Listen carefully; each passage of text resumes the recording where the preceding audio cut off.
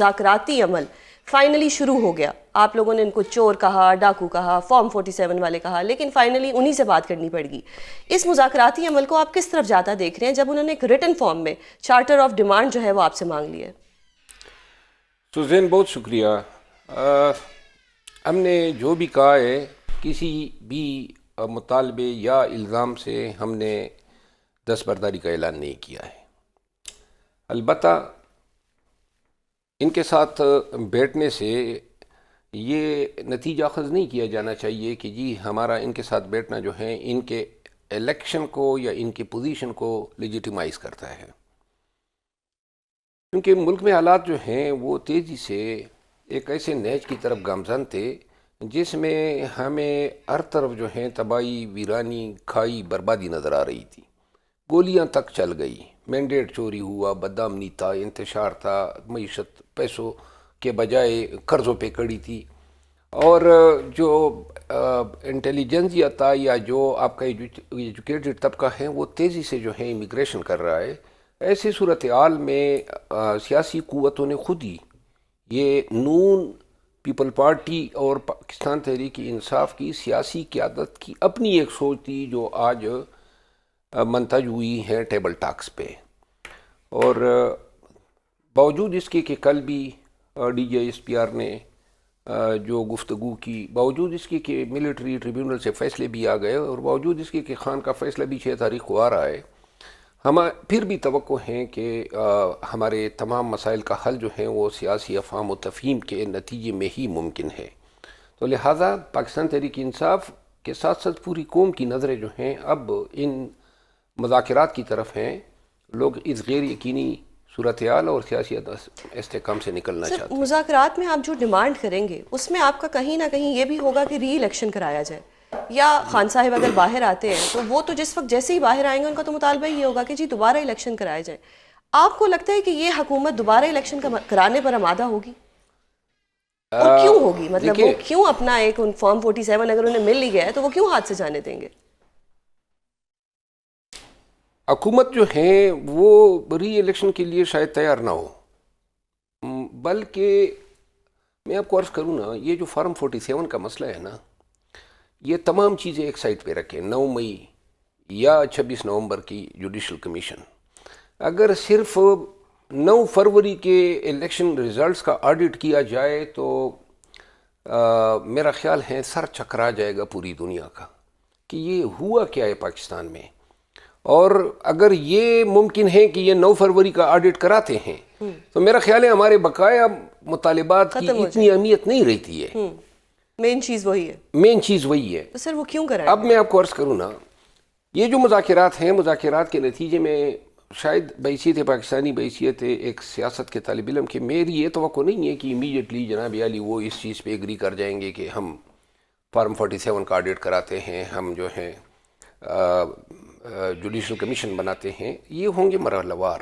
پہلے مرحلے میں یہ کافی ہوگا کہ سیاسی قیدی جو ہیں وہ باہر آ جائیں. صحیح ہے. جب یہ پروسیس ہو جائے گا اس کے بعد سیاسی قوتیں، چاہے وہ نون ہیں، پیپل پارٹی ہیں، یا جتنی بھی قوتیں ہیں، وہ سب یہ احساس رکھتی ہیں کہ دھیرے دھیرے اسٹیبلشمنٹ جو ہیں اس نے ہر طرف سے جو ہیں پنجے گاڑ دیے ہیں، سیاست پہ، گورننس پہ، مملکت پہ. اور اب سیاست اگر یہ کرنی ہے جو وہ کر رہے ہیں تو یہ صرف اور صرف اسٹیبلشمنٹ کی خوشنودی کے علاوہ کوئی سیاست نہیں. سر بانی پی ٹی آئی کو کوئی ڈیل آفر ہوئی ہے ہاؤس اریسٹ کی؟ نہیں، ہاؤس اریسٹ کی بات ہے تو پہلے بھی کی تھی انہوں نے. جب 22 نومبر کو ہمارے ان کے ساتھ مذاکرات شروع ہوئے تو انہوں نے کہا جی کہ بانی کو جو ہے نتیہ گلی سے، بلکہ نتیہ گلی، ہاں نتیہ گلی کا جو گورنر ہاؤس ہے وہ اس کی صفائی ستھرائی بھی ہو گئی تھی. ٹھیک ہے. لیکن اس کے بعد جو ہے ہم انسسٹ کر رہے تھے کہ بانی کی مکمل جو ہے رہائی ہو، اور پھر جو ہے 20 دسمبر تاریخ دی گئی تھی کہ اس وقت تک جو ہے خان صاحب کو رہا کر دیا جائے گا. لیکن پھر جو بعد میں ہوا وہ سب آپ کی سر یہ آفر اچھی نہیں تھی. مطلب ایک دفعہ خان صاحب باہر تو آ جاتے، یہ جو اتنا کیوس تھا یہ تو ختم ہو جاتا. قیاس جو ہے نا اس کی قیمت اگر ہم چکا رہے ہیں بانی یا سیاسی قیادت کی نظر بندی کی شکل میں، تو پاکستان بھی چکا رہا ہے, اسٹیبلشمنٹ بھی چکا رہی ہے, اور عام یہ شہری بھی چکا رہے ہیں, عام شہری بھی چکا رہے ہیں. اور میرا خیال ہے کہ خان کو جیل کے اندر رکھنے کے جو مقاصد تھے وہ پورے ہو گئے ہیں. سر میرا ایک ذاتی رائے ہے کہ خان صاحب شاید اس لیے خوش ہیں کہ جی میں جیل میں بیٹھا ہوں, میں نواز شریف کی طرح بھاگا نہیں. ان کا شاید یہی ایک پوائنٹ نظر آ رہا ہے, کیونکہ اگر آپ کو ڈیلز آفر ہوئی ہیں اور اچھی ڈیلز آفر ہوئی ہیں لیکن پھر بھی ریجیکٹ کیا ہے, تو صرف ایک سیلف سیٹسفیکشن ہے کہ جی میں بھاگا نہیں. نہیں, یہ بات نہیں ہے. خان, کوئی بھی انسان یہ نہیں چاہتا ہے کہ وہ آزاد فضاؤں میں سانس نہ لے. اور خان کی جو آپ کو میں بتا دوں, یہ گزشتہ 2 سالوں سے کبھی خان صاحب نے ہم سے یہ پوچھا ہی نہیں ہے کہ میں کب آؤں گا, میری ضمانت ہوگی نہیں ہوگی, اس ضمانت کے بعد کیا میں باہر آ جاؤں گا. وہ جب 3 مہینے کوئی آدمی جیل میں گزار لینا, اس کے بعد اس کے لیے 3 سال گزارنا یا 30 سال گزارنا جو ہے وہ کوئی مشکل نہیں ہے. سر عارف علوی صاحب کہتے ہیں کہ بانی پی ٹی آئی جلد باہر آ جائیں گے, کیا آپ بھی دیکھ رہے ہیں ان کا جلد باہر آنا؟ بالکل. یہ جو مذاکرات ہیں, مذاکرات, اس کے نتیجے میں خان صاحب سیاسی جو پریزنر ہیں وہ بھی باہر آئیں گے. تھوڑے سے ہم رواداری کی طرف گامزن ہوں گے. ٹھیک ہے. اور اس میں 20 جنوری کوئی خاص کردار ادا کرے گی, ٹرمپ کا کوئی حلف برداری کوئی اس میں کردار ادا کرے گی؟ ایک حد تک وہ یہ ہے کہ اصل میں ہمارے ساتھ جو ہوا, آپ ایک خود پیشے کے لحاظ سے وکیل ہیں, اور آپ کو ایک قانون کے طالب علم کی حیثیت سے اندازہ ہوگا کہ پاکستان بننے کے بعد سے لے کر آج تک کسی سیاسی قوت یا پارٹی پہ اتنا بڑا کریک ڈاؤن ایسے انداز میں نہیں ہوا. یہ جو ہوا ہمارے ساتھ, یہ صرف اندرونی طاقتوں کا فیصلہ نہیں تھا, یہ بائیڈن انتظامیہ کے فیصلے کے نتیجے میں باجوہ نے ریجیم چینج کیا, اور اس کے بعد جو ہے پی ٹی آئی کو کرش کرنا تھا. ٹھیک ہے. اب بائیڈن انتظامیہ رخصت ہو رہی ہے اور ٹرمپ آ رہے ہیں. ہمیں واحد جو امیدیں وہ یہ ہیں کہ وہ جو ظلم اور جبر جس کا تسلسل آج تک ہے وہ رک جائے گا. صحیح.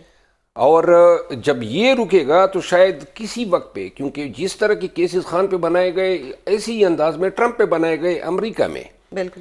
کیا پاکستان کی ریجیم چینج کا جو آپریشن ہے یا جو امریکن انتظامیہ کی یہاں پہ سیاسی قوتوں پہ کریک ڈاؤن یا ہیومن رائٹس کی وائلیشن میں کوئی کردار ہے, آنے والا وقت بتائے گا کہ ٹرمپ انتظامیہ اس حوالے سے اپنے سیاسی مخالفین کے حوالے سے اگر کوئی کرتی ہے تو اس کے اثرات پاکستان پہ بھی مرتب ہوں. تو سر اگر خان صاحب باہر آ جاتے ہیں تو کیا وہ پھر آ کے کہیں گے ایبسولوٹلی ناٹ امریکہ کو؟ ابھی بھی کہتے ہیں. اچھا, ابھی بھی کہتے ہیں. اور کیونکہ ہم نے تو کوئی امریکہ سے تو توقع نہیں لگائی ہے یا ٹرمپ صاحب سے لگائی ہے کہ جی وہ آئیں گے تو ہم رہے ہوں گے.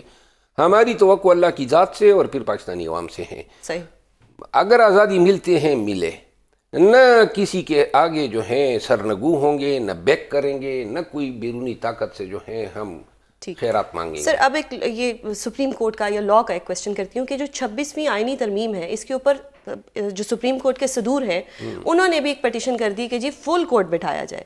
سر اس کے بعد آل پاکستان وکلا ایکشن کمیٹی نے بھی اس پر مذمت کی, جس کے بدلے میں آج ریئیکشن آیا سپریم کورٹ بار ایسوسی ایشن کا, انہوں نے ان کے اس بیان پر مذمت کی. تو اگر یہ 26ویں آئینی ترمیم یا اس کے خلاف ایک عدالت بیٹھ جاتی ہے, فل کورٹ بیٹھ جاتا ہے اور یہ سن لیتا ہے, اور یہ اگر ختم ہو جاتی ہے, کانسٹیٹیوشنل بینچز بھی اگر ختم ہو جاتے ہیں, تو یہ جو ابھی 9 مئی کے مقدمات میں جن کو سزائیں ہوئی ہیں وہ سزائیں بھی ختم, پھر تو وہ کیونکہ کانسٹیٹیوشنل بینچ ہی ختم ہو گیا نا, تو وہ سزائیں بھی ختم, تو یہ پھر سارا کیا ویسٹ آف ٹائم تھا.